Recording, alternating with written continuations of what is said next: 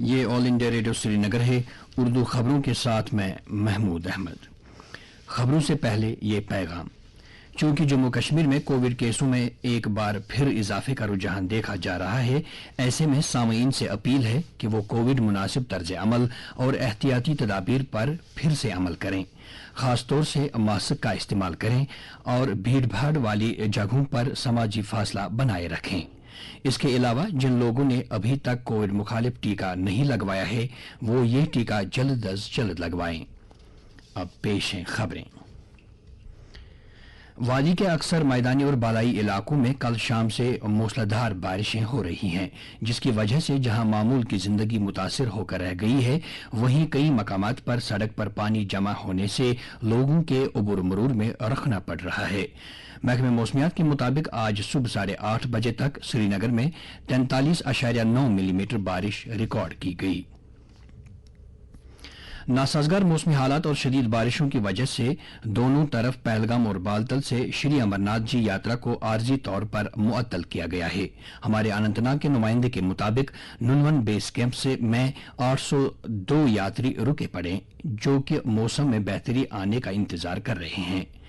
ہمارے نمائندے کے مطابق پہلگام، پنجترنی، زوجی بل اور پوتر گپا کے گرد و نواح میں اس وقت شدید بارشیں ہو رہی ہیں، جس کی وجہ سے حکام نے امرناتھ یاترا کو عارضی طور معطل رکھنے کا فیصلہ کیا۔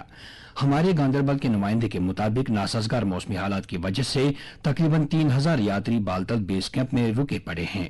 انتظامیہ کی طرف سے یاتریوں کی سہولت اور سلامتی کے لیے ہر ممکن انتظامات کیے گئے ہیں۔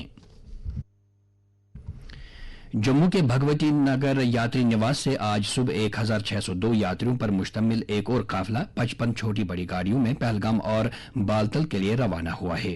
تاہم یاتریوں کے اس قافلے کو ناسازگار موسمی حالات اور شاہراہ پر رکاوٹوں کی وجہ سے چندرکوٹ رامبن میں روک دیا گیا ہے۔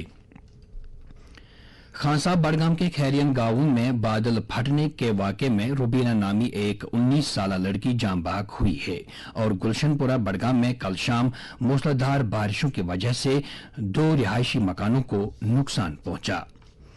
اسی دوران کنگن سب ڈویژن میں شاہ محلہ کلن گاندربل میں شدید بارشوں اور نالے میں طغیانی آنے کی وجہ سے سری نگر لیہ قومی شاہراہ بند ہو گئی ہے، تاہم شاہراہ پر رکاوٹیں ہٹانے کے لیے افرادی قوت اور مشینری کو کام پر لگایا گیا ہے تاکہ شاہراہ کی فوری بحالی ممکن بن سکے۔ سری نگر جموں قومی شاہراہ کو پینتھل اور مہد رامبن میں ناسازگار موسمی حالات اور شوٹنگ سٹونز کی وجہ سے ٹریفک کی آواجائی کے لیے بند کر دیا گیا ہے، جبکہ کیفیٹیریا موڑ پر شاہراہ پر پسیاں گر آنے کی وجہ سے بھی ٹریفک کی آمد رفت میں خلل پڑ گیا۔ ایگزیکٹو آفیسر JK حج کمیٹی کے مطابق خلیج خطے میں ناسازگار موسمی حالات کی وجہ سے آج یعنی 28 جولائی کو حجاج کرام کو لے کر سری نگر آنے والی تینوں اڑانیں مقررہ وقت سے تقریباً 20 گھنٹے بعد سری نگر کے ہوائی اڈے پر پہنچ رہی ہیں۔ متعلقہ حاجی صاحبان کے رشتہ داروں سے کہا گیا ہے کہ وہ مزید جانکاری حاصل کرنے سے پہلے ہوائی اڈے پر نہ پہنچیں۔ مرکز نے کہا ہے کہ جموں کشمیر کا ریاست کا درجہ مناسب وقت پر بحال کیا جائے گا۔ امور داخلہ کے وزیر مملکت نتیانند رائے نے کل راجیہ سبھا میں ایک تحریری جواب میں یہ بات کہی۔ انہوں نے کہا کہ حد بندی کمیشن نے مرکز کے زیر انتظام علاقے جموں کشمیر کے پارلیمانی اور اسمبلی حلقوں کی حد بندی کے بارے میں اس سال مارچ اور مئی کے مہینے میں احکامات کو نوٹیفائی کیا ہے۔